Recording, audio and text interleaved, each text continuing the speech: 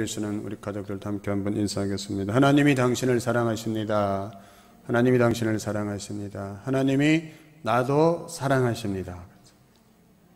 나도 사랑한다. 물론 하나님이 다른 사람만 사랑해 그게 아니죠. 하나님이 나를 사랑하신다. 나 같은 자도 사랑하신다. 저는 요즘 가끔 생각하는 게 있습니다. 나 같은 게 뭔데 이런 은혜를 주실까? 나 같은 게 뭔데 이런 복을 주실까? 그렇죠? 그 은혜 생각하면 감격하게 되죠. 나 같은 게 뭔데? 그렇죠? 내가 하나님께 잘한 게 없는데 근데 하나님 은혜 주시고 복을 주시고 또 하나님이 종으로 이렇게 말씀을 전하는 자에게 사용해 주시고 하나님이 함께 하심을 보게 하시니 얼마나 감사한지.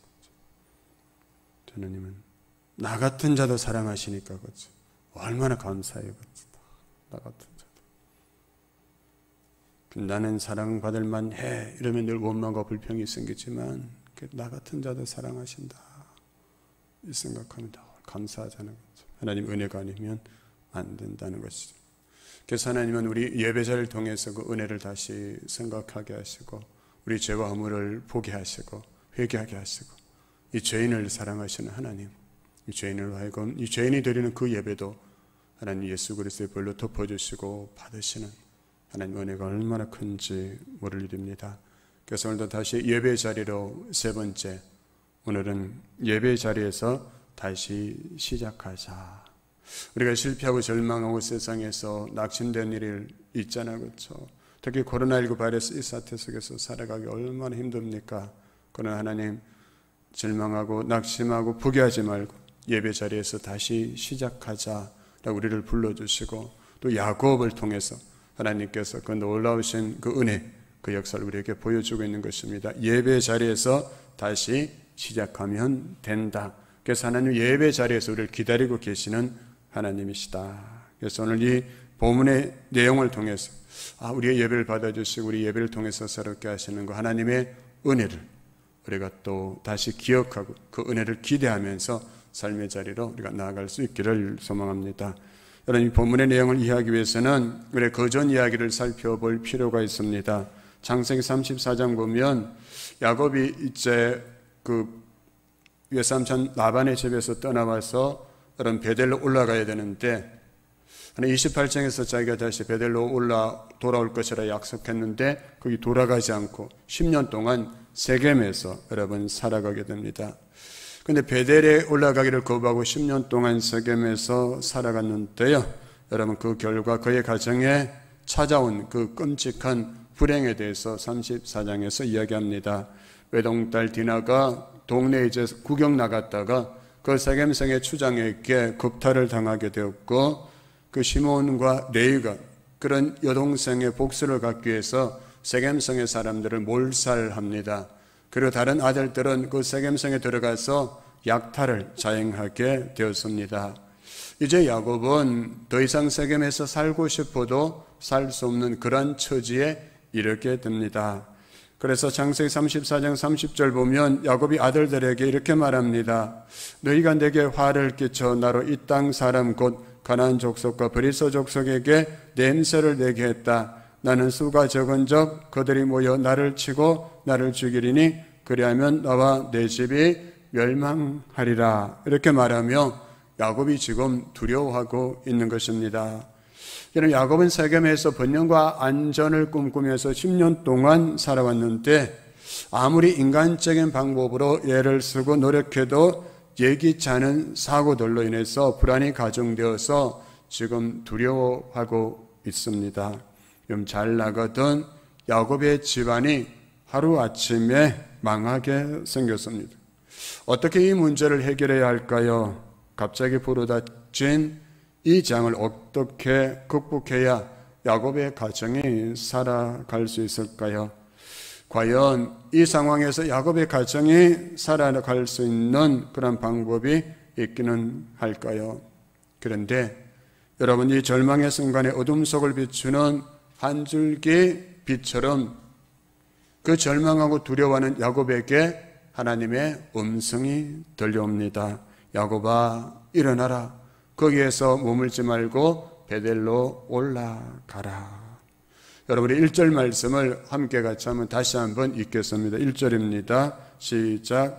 하나님이 야곱에게 이르시되 일어나 베델로 올라가서 거기 거주하며 내가 내 형 에서의 낯을 피하여 도망하던 때에 내게 나타났던 하나님께 거기서 제단을 쌓으라 하신지라. 아멘. 여러분 1절을 보시면 어떻게 시작하고 있습니까? 1절이 어떻게 시작됩니까? 하나님이 그렇죠. 하나님이 시작하고 있어요. 그렇습니다. 여러분 모든 문제의 해결의 시작은 하나님이라는 사실을 우리에게 보여주고 있는 것입니다. 하나님이 시작하신다. 야곱이 너무나 막막하고 어떻게 해야 될지 모를 두려움 속에 휩싸였을 때 바로 그 순간 하나님께서 찾아오시고 야곱 가정의 문제를 해결하기 시작하십니다. 여러분 야곱의 가정뿐만 아니라 크고 작은 문제들이 우리 가정들에도 다 있습니다. 여러분 그런데 진짜 문제인 가정이 어떤 가정인지 아십니까? 우리 가정에는 아무 문제가 없다. 그 가정이 진짜 문제인 가정. 문제가 있는데 문제가 있는 줄도 모르는 것. 그러니까 이게 문제다 깨닫게 하시는 하나님의 은혜인 것이죠. 제가 신학교 다닐 때 어느 날부터 이 칠판에 써져 있는 글씨가 안 보이기 시작하는, 그때 칠판에 있고 분필로 막 쓰고 하던 그 시절인데 글씨가 안 보였어. 그래서 제가 행정실에 찾아가서 지금 칠판에 글씨가 안 보이니까 학생들이 수업하기 너무 불편하니까 형광등을 좀 달아달라고 칠판 위에다가. 그래서 형광등을 다 달았어요. 그 교실마다, 강의실마다 다. 근데 어느 날 그것도 안 보이는 거예요. 그래서 제가 안과 가서 시력 검사를 했어요. 그런데 제 시력이 0.5, 0.7 이렇게 나오는 거예요. 제 시력이 1.5였는데 그래서 저는 제 시력이 지금도 1.5인데 이 칠판이 어두워서 글씨가 안 보인다고 생각한 거죠. 근데 뭐가 문제였어요? 제 시력이 1.5에서 0.7, 0.5로 떨어지는 게 문제였는데 나는 아무 문제가 없다. 이 칠판이 문제다. 그래서 학교 가서 막 항의했던 거예요. 그러면서 우리에게도 있을 수 있어요. 자기에게 문제가 있는데 모르는 거예요. 다 다른 게 문제인 거예요. 저 사람이 문제고 이런 환경이 문제고 막 그렇다. 나는 아무 문제가 없다고 생각하는 그 진짜 문제고 그 사람이 진짜 위험한 사람이 된다. 가정에도 보면 문제가 다 있잖아요. 그렇죠?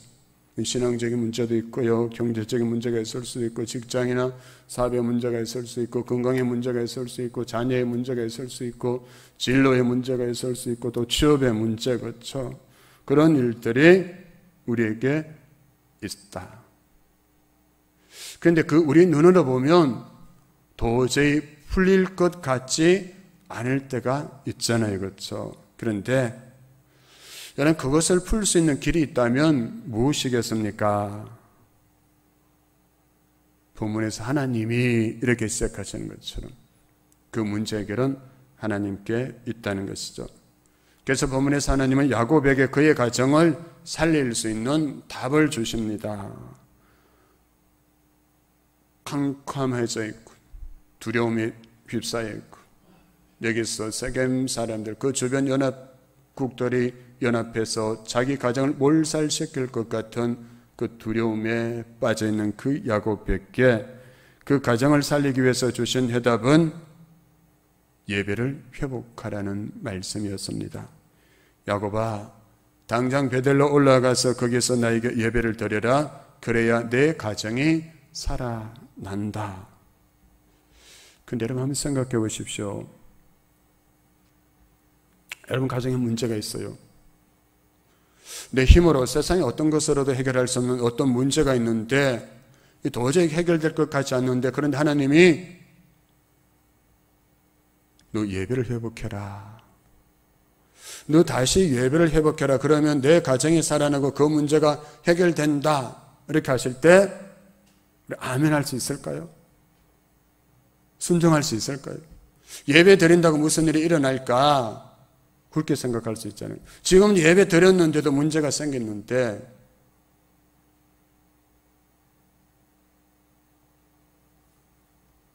하나님은 예배를 다시 회복해라. 내 영과 진리로 참으로 하나님 앞에 예배드리는 그 예배를 회복하라 하십니다. 하나님이 진단하신 야곱 가정의 문제는 바로 야곱이 하나님을 잊어버리고 하나님의 사랑을 잊어버리고 예배와 멀어진 거기에서 문제가 시작되었으니까 내가 다시 예배를 회복하라는 것입니다. 어떤 사람이 몸이 아프지 않은 곳이 없어서 병원을 찾아갔어요. 병원 가서 의사에게 선생님 제 온몸이 아파요 이렇게 얘기했어요. 그래서 의사가 손가락으로 아픈 곳을 하나하나 짚어보라고 했어요. 그래 그 사람이 손가락으로 머리를 짚어봐도 아프고 목을 짚어봐도 이 배를 짚어봐도 그럼 다리를 짚어봐도 다 아팠어요. 온몸이 다 아파요. 그러자 의사가 진단서의 처방전을 서면서 한마디 했어요. 선생님, 손가락이 부러졌어요. 무슨 말이에요? 부러진 손가락으로 자기 손가락이 부러진 줄도 모르고 온몸을 만지면서 통증이 오니까 자기 온몸이 아프다고 생각했던 거예요. 근데 문제는 뭐예요? 그 손가락이 부러진 게 문제였던 것이죠. 여러분 야곱 집안의 문제가 100가지라 하더라도 여러분 문제의 원인은 한 가지였던 것이죠. 바로 하나님과 야곱의 관계가 부러져 있었던 것. 하나님과 야곱의 관계가 부러져 있었다. 깨어져 있었다는 것. 부러진 손가락으로 온몸을 만지니까 만지는 곳마다 통증이 온 거죠. 자기 온몸이 아프다고 생각한 것처럼 하나님과 야곱의 관계가 부러져 있고 그로 인해서 예배 자리가 무너져 있으니까 야곱 가정에 그러한 끔찍한 비극이 찾아오게 되었다는 것입니다. 그래서 야곱은 그걸 모르고 있었죠. 그래서 하나님은 그 문제의 해답을 제시해 주셨죠. 내가 다시 그 베델로 올라가서 다시 예배의 제단을 쌓으라는 것이었습니다. 그 야곱에게 하나님은 어떤 하나님이었습니까? 야곱이 하나님을 경험하지 못해서 하나님을 잊어버리고 예배를 멀리 했을까요? 야곱이 이렇게 간증합니다. 3절입니다. 우리가 일어나 베델로 올라가자 내 환난 날에 내게 응답하시며 내가 가는 길에서 나와 함께 하신 하나님께 내가 거기서 제단을 쌓으려 하노라 하며 이렇게 간증하고 있어요. 야곱은 자신이 경험한 하나님이 있었어요. 자기가 만난 하나님이 있었어요. 그래서 그 하나님에 대해서 이렇게 이야기하고 있어요. 환난 날에 내게 응답하시는 하나님, 내가 가는 길에서 나와 함께 하시는 하나님, 한 번도 내 인생길에서 떠나 계시지 않고 늘 나와 함께 하시는 하나님이시다. 이렇게 말하고 있죠. 여러분 세겜에서 세상 재미에 취해서 살아가는 동안에 하나님 잊어버렸어요. 그러다가 가정에 큰 위기를 당하자 그동안 힘해졌던 하나님을 그가 다시 기억해 낸 것입니다. 여러분 야곱이 정신이 번쩍 들지 않았을까요? 하나님이 그의 인생길에서 함께 하셨고 돌베개를 베고 잤던 그때 만난 그 베델의 하나님을 야곱이 위기를 맞이했어야 다시 기억해 낸 것입니다. 여러분 그런데 우리가 창세기 35장을 보면 창세기 34장과는 너무나 다른 점을 발견할 수 있게 되는데요. 뭔가 하면 바로 35장에는 하나님의 이름이란 하나님이라는 이름이 11번이나 나옵니다. 하나님께서 이렇게 나를 인도하셨다고 말하면서 계속해서 하나님 이야기를 합니다. 그러나 34장에서는 하나님의 이름이 없습니다. 바로 야곱의 인생에 하나님이 없는 삶이 34장이라는 것이죠. 그 속에서 여러분 야곱의 인생이 하나님이 없는 그 삶 속에서 야곱의 인생이 얼마나 깨어지고 망가졌습니까? 그의 가정은 얼마나 끔찍한 비극을 맞이했습니까? 그러나 35장에서 야곱은 하나님의 이름을 되찾게 됩니다. 멀어진 예배의 자리를 다시 회복하게 됩니다. 그가 이제 하나님 때문에 살았음을, 하나님 때문에 지금 살아있음을 깨닫고 그 입에서 하나님이 언급되는 것을 보면 야곱이 이제 회복되고 있음을 알 수가 있는 것입니다. 그렇다면 여러분에게 묻습니다. 여러분의 대화 속에 하나님이 나옵니까? 여러분 어제 하루 동안 살면서 얼마나 많은 말을 했습니까? 그 내 말 속에 하나님이 있었습니까? 아니면 그러면 한 일주일 동안 한번 생각해 보세요. 지난 일주일 동안 살아오면서 내 대화 속에 내 말 속에 하나님이 있었습니까? 하나님의 이름을 얼마나 언급했습니까?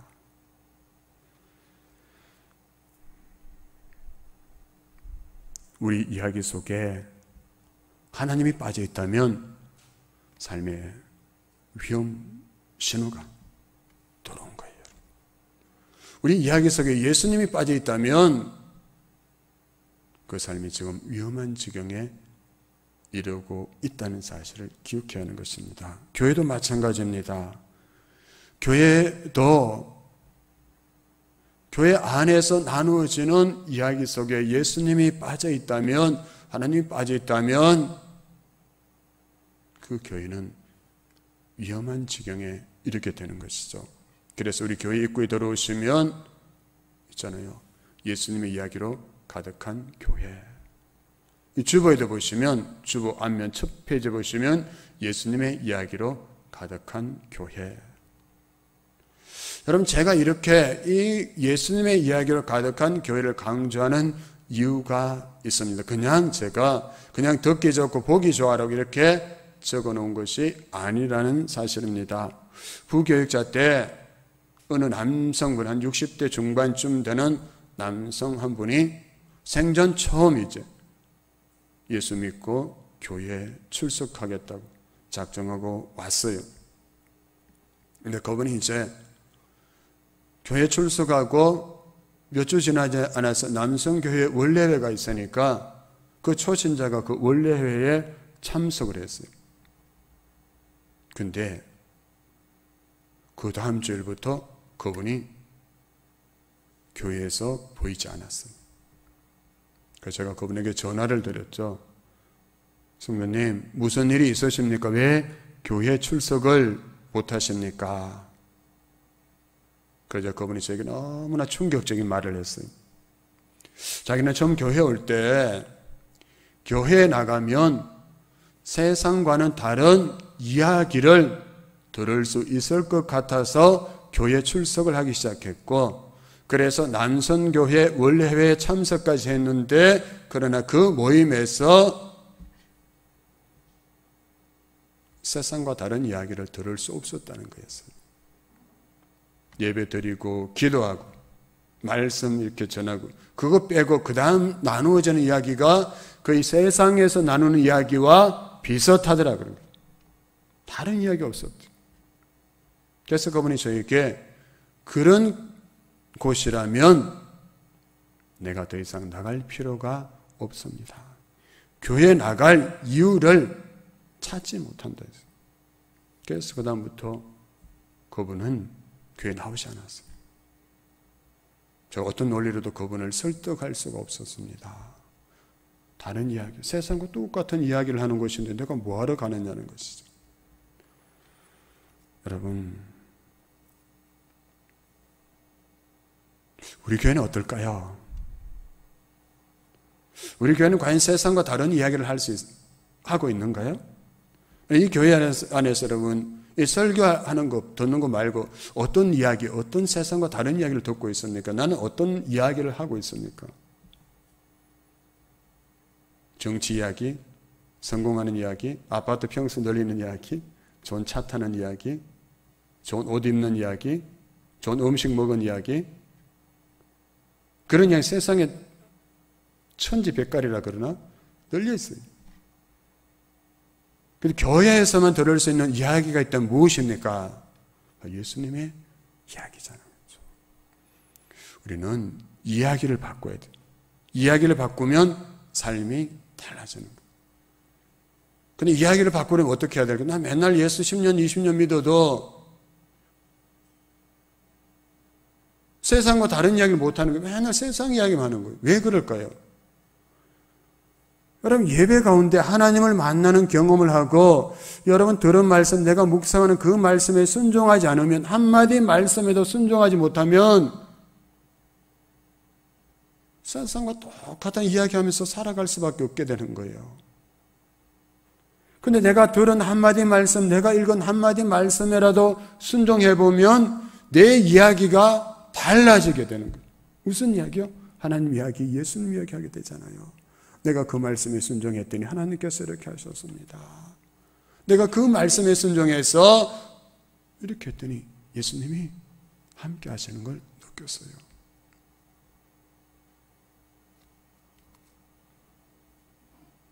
그래서 이야기하자 하나님이 하셨습니다. 주께서 하셨습니다.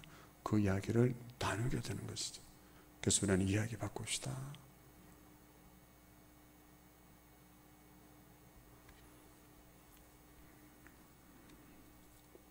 저희 교회 안에서는 성도들끼리 모이면 다른 세상 이야기, 세상 자랑하지 마시고 정치 이야기도 하지 마시고요. 예수님 이야기 하십시오. 예수님 이야기하면 예수께서 우리 안에 계시고 예수님께서 우리에게 능력이 되시고 힘이 되시면 우리가 세상에 나가서 정치도 바꿀 수 있고 정치, 경제, 사회, 문화, 종교, 교육 모든 것을 예수님의 이야기로 그 주님의 능력으로 바꿔갈 수 있다는 사실을 기억하고 나부터 오늘 이야기를 바꿔볼 수 있기를 바랍니다. 내 이야기, 세상 이야기에서 예수님 이야기로. 아멘. 그 다음에 이제 베델로 올라가서 거기서 제단을 사려난 하나님의 음성을 들으며 야곱이 새롭게 깨닫게 된 것이죠. 내가 하나님을 잊은 게 아니고 하나님을 떠난 것도 아니고 완전히 내가 하나님을 싫어한 것도 아닌데 도대체 뭐가 문제일까? 그렇게 생각하다가 그는 자신의 삶에 진정한 예배가 빠졌다는 사실을 깨닫게 되는 것입니다. 그래서 베델로 올라가서 다시 예배를 회복해야겠다 이렇게 결심하면서 보니까 정리해야 될 일이 보이기 시작한 거예요. 2절 보면 야곱이 이에 자기 집안 사람과 자기와 함께한 모든 자에게 이르되 너희 중에 있는 이방 신상들을 버리고 자신을 정결하게 하고 너희들의 의복을 바꾸어 입어라. 아멘. 베델로 올라가서 다시 예배를 드리기 전에 정리해야 될 것, 이방 신상들을 버리고 자신을 정결하게 하고 의복을 바꾸어 입는 이 세 가지를 해야 한다는 사실을 깨달은 것입니다. 이전의 상태 그대로 베델로 올라갈 수 없고 이전의 상태 그대로 다시 하나님을 예배할 수 없다는 사실을 깨닫게 되었다는 것이죠. 그래서 야곱은 그의 가족들에게 베델로 올라가기 전에 이방 신상들을 버리고 자신을 정결하게 하고 의복을 바꿔 입어라. 가나안 풍습을 따르는 그 삶의 모습들을 다 버리고 베델로 올라가자고 했습니다.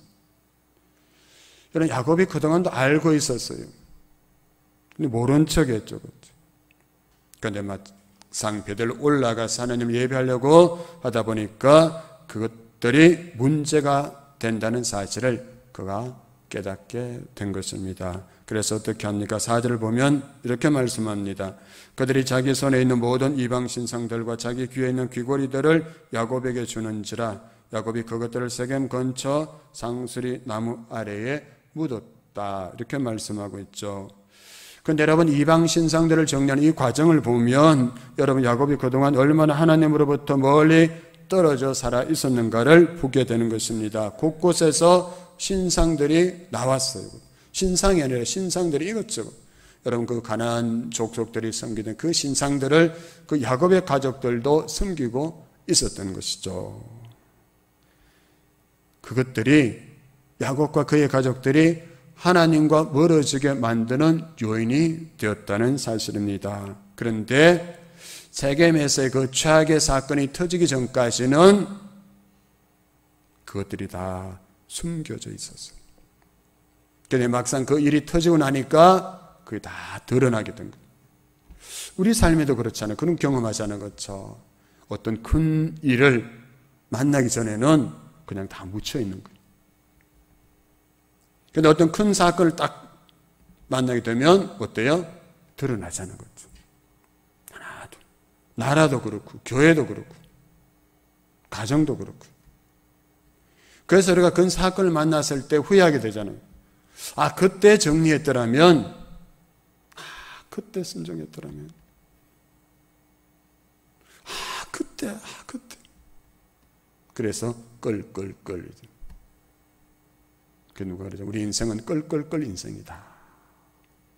그때 할 걸, 그때 순종할 걸, 그때 정리할 걸, 그때 포기할 걸.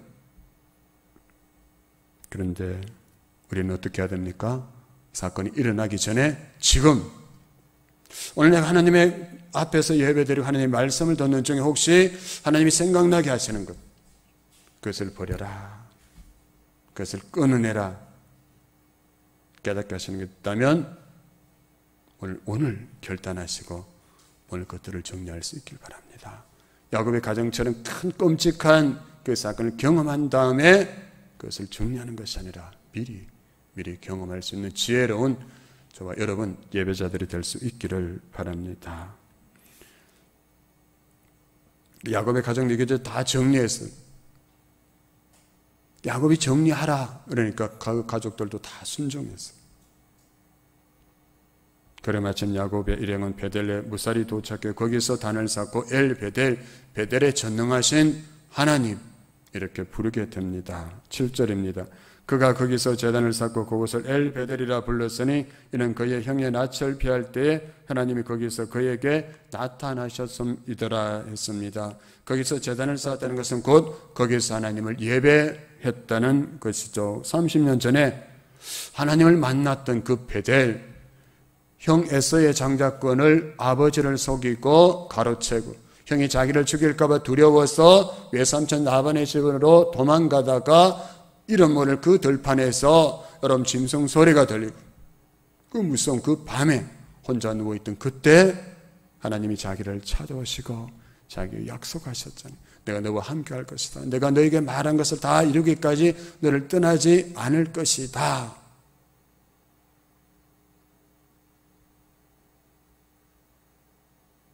약속하셨던 그 하나님,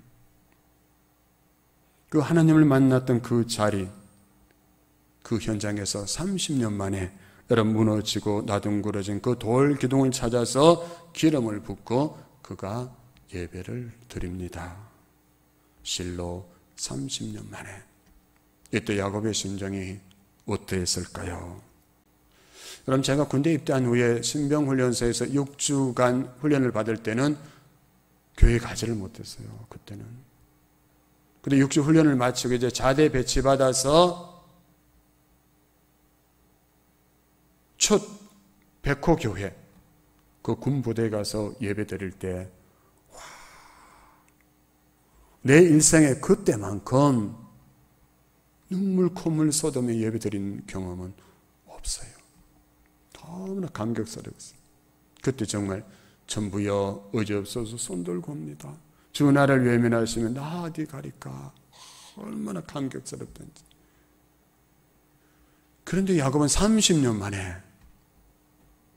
하나님을 만났던 그 자리에 가서 예배를 드릴 때 정말 눈물 콧물이 다 범벅이던 채 예배를 드리지 않았을까요? 여러분 그날 그 현장에서 하나님도 야곱이 눈물을 흘리며 감격하며 드리는 그 예배를 보고 있었지만 또 누가 보고 있었을까요? 야곱의 자녀들이 그 현장에서 그 광경을 보고 있었습니다. 그들의 마음이 어떠했을까요? 특히 다른 아들들은 장성한 성인들이지만 당시 10대 어린 소년이었던 요셉도 야곱의 11번째 아들인 요셉도 그 현장에 거기에 있었습니다. 하나님을 섬기는 데 방해되는 것들을 다 제거하고 하나님께 경배를 올리는 그 아버지의 모습, 그 아버지가 드리는 그 예배 속에서 자녀들은 깊은 울림을 받았을 것입니다. 요셉이 거기에서 어린 나이에 교훈을 받았기에 믿음의 사람으로 계속 나아갈 수 있었다는 사실을 우리가 여기에서 깨달을 수 있게 되는 것이죠. 베델에서 제단을 쌓은 야곱은 자기에게만 유익이 된 것이 아니라 야곱 같은 사람 밑에서 하나님의 사람 요셉이 나올 수 있었던 비결은 바로 그 아버지 야곱이 예배를 회복했기 때문이고 그 아들 요셉이 그 현장에 함께 있었다는 사실입니다. 저는 성도 여러분, 정말 자녀들이 잘 되기를 원하잖아요. 그렇죠? 그렇다면 우리가 무엇부터 해야 될까요? 부모인 저와 여러분이 예배부터 회복하십시오. 하나님이 찾으시는 예배자가 되어야 한다는 사실입니다. 그런데 이러한 야곱의 결정과 행동에 대해서 하나님이 많이 기뻐하십니다. 9절입니다. 야곱이 밧단 아람에서 돌아오며 하나님이 다시 야곱에게 나타나사 그에게 복을 주시고 했습니다. 여러분, 야곱이 베델에서 예배를 드렸는데 하나님이 다시 야곱에게 나타나시고 그에게 복을 주셨다 말씀합니다. 예배가 야곱의 가정을 살려낸 것이죠. 아까 제가 처음에 질문 드렸지 않습니까? 이 위기 가운데서 예배 드린다고 예배가 위기를 회복해 줄 수 있겠느냐? 그때 여러분의 마음속에 어떤 대답을 했습니까? 정말 예배 드리면 그래 살아날 수 있어, 회복될 수 있어, 이렇게 생각하셨습니까? 대답했습니까? 아니면 예배 드린다고 뭐 이렇게 생각하셨어요? 여기 보십시오. 예배를 통해서 하나님이 야곱을 다시 만나시고 그의 가정에 복을 주셨다고 성경은 분명히 증언하고 있습니다. 예배가 그의 가정을 살려낸 것입니다. 하나님 예배가 회복될 때 복을 주신다는 사실. 그런데 오늘 어떻습니까? 사람들이 인생의 위기를 만나고 문제를 만나면 어떻게 합니까? 자기의 힘과 노력으로 그 문제를 해결하려고 예배 자리와 점점 멀어지게 되지 않습니까? 내 힘을 하려고, 내 노력을 하려고 예배 자리를 점점 멀리하기 시작한다는 것입니다. 그러나 그렇지 않습니다. 하나님의 사람은 문제가 꼬이면 꼬일수록 어디에 집중해야 됩니까? 하나님께 집중해야 되고 예배에 집중해야 한다는 거예요. 하나님의 사람은 인생의 밤을 만나고 여러분 풍랑을 만나고 위기를 만났을 때 더욱 예배를 소중히 여기고 예배의 자리를 회복해야 하는 것입니다. 왜 그렇습니까? 예배는 하나님을 만나는 것이고 하나님을 만날 때 우리의 문제가 해결되어지고 무너진 것들이 회복될 수 있기 때문인 것입니다. 그래서 우리 인생에 위기가 왔을 때 하나님 예배 자리에서 나를 기다리시고 내 예배를 받기를 원하신다는 사실을 기억해야 하는 것입니다. 우리 예배가 회복될 때 하나님께서 우리 인생에 어떤 복을 주실까요? 이사야 43장 18절 19절 말씀 띄워주실래요? 같이 한번 읽겠습니다. 시작. 너희는 지나간 일을 기억하려고 하지 말며 옛 일을 생각하지 말아라. 내가 이제 새 일을 하려고 한다. 이 일이 이미 드러나고 있는데 너희가 그것을 알지 못하겠느냐? 내가 광야에 길을 내겠으며 사막에 강을 내겠다. 아멘. 여러분을 주시는 약속의 말씀으로 믿어지십니까? 우리 하나님은 광야에 길을 내서 사막에 강을 냈습니다. 새 일을 행하십니다. 무엇을? 예배를 통해서 하나님은 그 일을 이루어가기를 원하십니다. 하나님 이루어 가신 이 약속의 주인 우리가 되기를 원하십니다.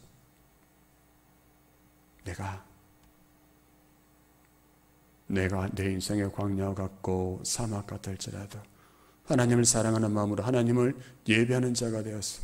내 인생 광야 같은 인생에도 길을 내시고 사막에 강을 내시고 그래서 이스라엘 백성들에게 마시게 하시고 성량이와 타조까지도 하나님을 존경하게 될 것이라 하셨는데 예배자 나를 통해서 보시는 하나님의 은혜와 복을 내가 맛보고 그런 내 인생을 통해서 저 하나님을 대적하는 수많은 그 사람들이 하나님을 존경하게 되리라. 이 복된 마음의 소망을 품고 결단하며 예배자가 되었어. 예배를 통해서 하나님의 살아계심을 경험하고 간증할 수 있는 저와 여러분의 가정과 일터, 우리 교회 공동체 될 수 있기를 주님의 이름으로 축원합니다.